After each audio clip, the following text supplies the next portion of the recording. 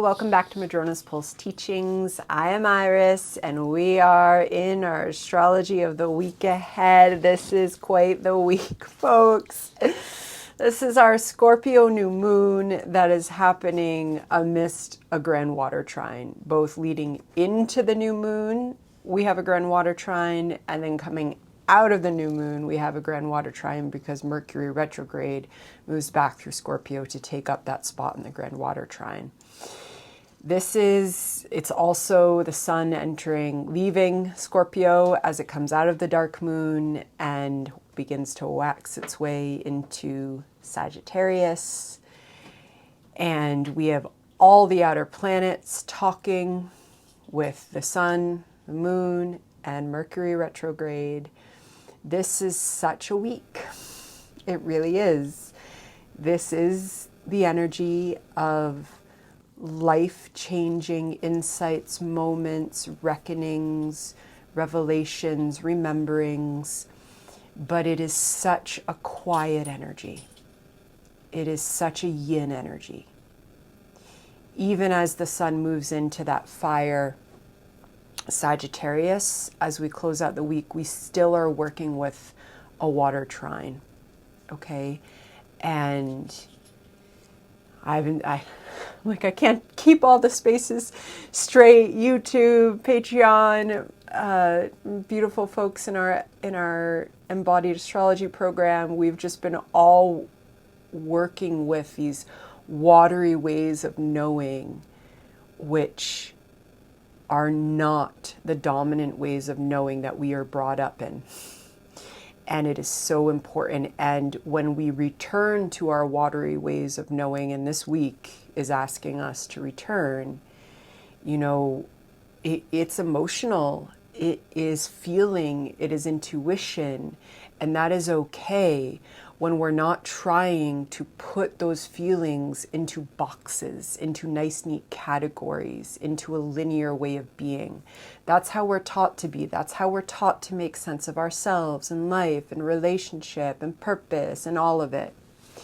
And water has a different way of being and knowing, and that's what we're experiencing this week. And that is what this new moon is revealing to us. There are such depths of personhood and presence and who you have come here to be emerging this week, and they can only be felt, glistened in that watery way with Mercury retrograde.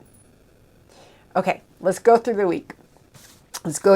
So we start the week out. We're talking about this. I haven't even said the dates. It's just too much. The 17th to the 23rd, okay, of November. So literally we're being pulled into the dark moon, the new moon on the 20th. The 21st, the sun moves into Sagittarius. And then we begin to close out the week again with Mercury retrograde in a grand water trine. So we begin the week with the sun in the grand water trine. So the sun is at 25 degrees of Scorpio. As we enter this week, it is trining Jupiter retrograde, and it is trining Saturn retrograde. In addition to that, Mercury is moving towards Scorpio. So it is in a sextile at 1 degree of Sagittarius with Pluto, and it is also opposite Sedna. So that Sedna, remember, Sedna is part of all of these massive changes. Sedna is part of the collapse in the rebirth. Sedna is part of everything. It's talking with the outer planets, and it is talking with Mercury retrograde the first 2 days of this week. And that is also deep rememberings. Mercury retrograde with Sedna, it is deep rememberings. It is understanding that the parts of yourself that you have also been taught to push away, to not honor, to think were too dark and only are supposed to be coming up in shadow, even though really those parts hold your most creative witchy being, and they are what stir your cauldron and bring balance. And they are here to be witnessed and explored and integrated. They are not the part of ourself that is ugly. They are not the part of ourself that they are such a beautiful part of ourself. And Mercury retrograde is here to show you this week. And Sedna begins saying, listen to the depths of your own journey. Don't listen to what the message is out there up on the big stage and the sparkly, normative beauty that has been entirely curated in a personhood that has been entirely curated, that is not allowing the depths of experience to be here. Listen to yourself. Listen to the wisdom of the child who knew how to get through whatever she, he, or they had to get through. That's the type of listening that we're doing this week. And as we listen and we accept that there is this courageous knowing, that is what wants to be here. That is what survives. That is what survives collapse. That is what gets handed down. That is what is in the earth. And that is what is awakening. And that is goddess. And that is here. And she is calling forth, like, this is Scorpio new moon we're coming into. And Sedna is part of this. And she's helping us to understand. She's in Gemini, helping us to understand that pretty much the mainstream narratives have had it all wrong. And those mainstream narratives have gone into dominant ways in everything. And yet there is this intuition, and it's the body, and it's psyche, and it wants to integrate with those mainstream interpretive functions and create a whole new reality and a whole new self. And this is what this week is the beginning process of in the churning deep in the psyche, and then that is going to carry us into the new year. Okay, but it is yin. So we move into the 19th, which is when we have Mercury back at 29 degrees of Scorpio, which means that it is opposite Uranus and it is trining Neptune. And then we have the sun then approaching, that conjunction with Mercury retrograde, which is going to happen at 28. So the sun is coming into its opposition with Uranus and its trine with Neptune as it comes out of its trine with Saturn and Jupiter. But they're all talking as we lead up to the new moon, okay?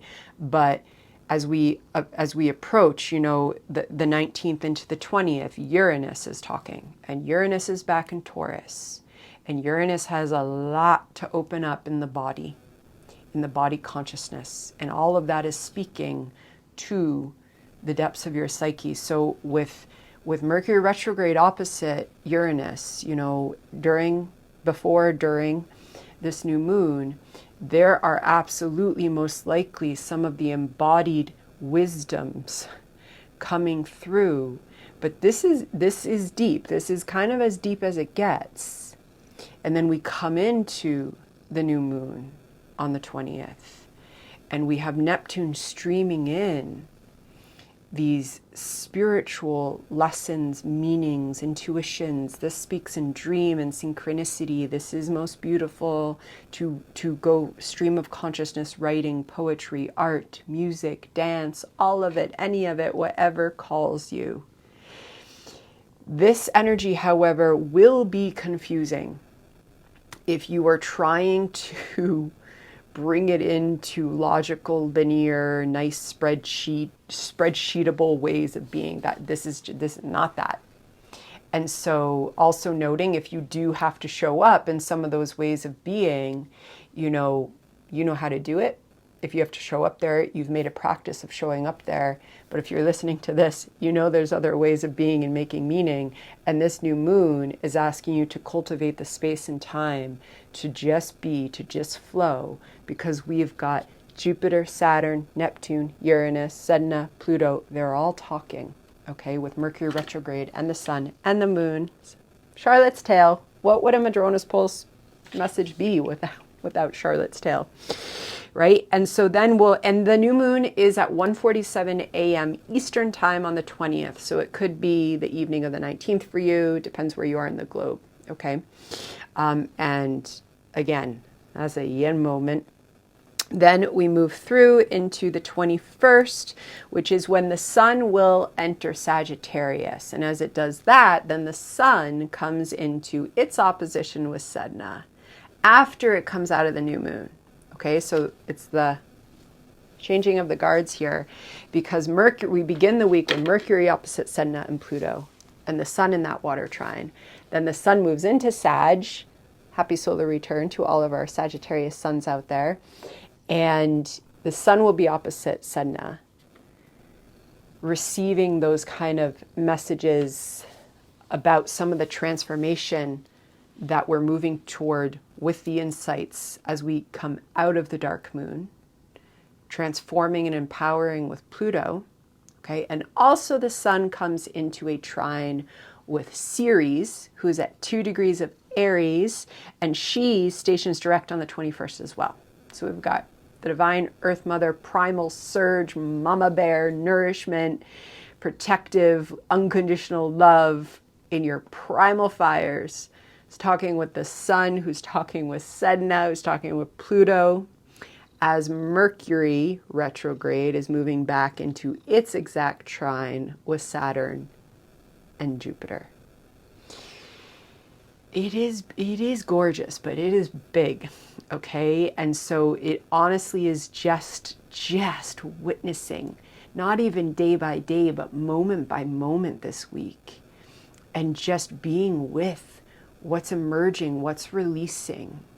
And there are most likely very old stories of your identity, of relationship, of intimacy, especially of the fears of intimacy, not just intimacy with another person, but intimacy with yourself, intimacy with life, intimacy with your witchy depths, intimacy with spirituality, and especially earth-based spirituality with Uranus and Taurus, talking to the Scorpio energy.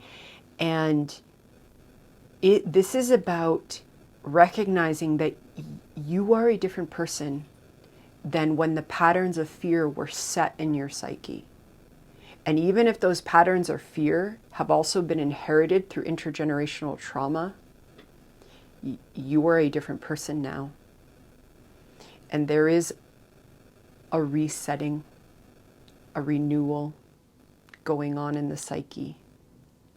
And yet, the act of letting go is when we bring our gaze and we witness what's leaving organically because it's time, and we allow it to leave. And even when it is grief and it is a hard story and it is trauma involved in it, there is usually still a part of ourself that has grown so entrenched in that story that it's been our norm and it's been what we're used to, and it's been part of creating what we've interpreted as comfortable. Even if it's brought sadness, grief, even if it's been struggle, even if it's brought self-sabotage, even if all those things we don't want. But when they've been patterned into us in our emotional being, and Scorpio is our emotional patterns. It's why Scorpio patterns can't be out-thought. They need to be felt from within and transformed from within. And that's what this energy is about. And it is about honoring what is leaving. And so during your new moon, as you come out of it, if you work with your chart, if you have certain placements that are lit up, rituals help to, they bring the witnessing in contact with the emotional pattern and what is realigning. It's like when we practice meditation and we practice bringing the gaze into contact with the breath in the body. The ritual is an act of bringing our gaze into contact with our soul and our emotions and our being and our physicality. And if we're working with the elements, also earth. It's why rituals are witchy practices. And so in this new moon, working with, whatever element calls to you, but we are in Scorpio in a water trine, so there's water here. Like even just having a bath, and then as you're ready to release, speaking what you're letting go, and then watching it, the water go down the drain, really taking care in how you anoint oil or cream to your body and dry, and just doing it with love. And letting whatever is leaving go with love. And that's also a sign. Sometimes folks push themselves to let go of things that they're also not ready to let go. And if you're not ready, there can be anger, there can be sadness, there can be grief. But if love is not part of the ritual, it also may not be time yet. Because these are rituals that want to come from the heart. They're not an idea of I should do this, I should forgive this, I should do this. This is not the energy of shoulds. This is the energy of my heart is breaking open because it wants to release this. And I'm going to honor my heart and release this. This is the phenomenological presence of embodied being. And it is co-creating. And so trust your intuition. Maybe it's not time for a ritual. Maybe it's time for a nap. Trust whatever the energy is taking you into. And if a lot is coming up, reach out to those supports. Reach out, whether it's therapist, teacher, friend, animal, tree friend, plants. Be with. Scorpio is an energy of belonging in a very deep way. Recognize what you already belong to. You belong to your soul's journey. You belong to the water. You belong with the earth. You belong with whatever plants or animals are in your life. You belong with the few humans who touch your soul. And if those are humans who also reach out to you through the incredible mediation of media, as I am talking to you right now, something that I am so grateful for and also critique the heck out of, right? Like, just listen and trust. I don't know if you can see, but there is like snow squallies out there. It is wind, snow, water, it's all here. Okay, and then we're going to end this week on the 23rd as our sun is moving into Sagittarius and Mercury is going to be at 23 degrees and it's moving towards its conjunction with Venus, which is going to come on the 24th at 22 degrees of Scorpio. And then Venus, it just continues, folks. Then Venus moves up to the magic point of the trine, the water trine next week, and Mercury retrograde will also go there, right? So we are moving with the water trine next week. It is part of also Saturn and Jupiter's relationship. Neptune is there at 29 degrees.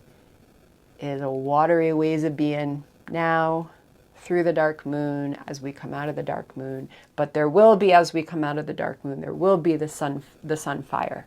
But that comes in with messages with Sedna and Pluto, which can actually kind of fill you with maybe even glimpsing some of the horizons that are starting to light up as you emerge out of the dark moon. Okay.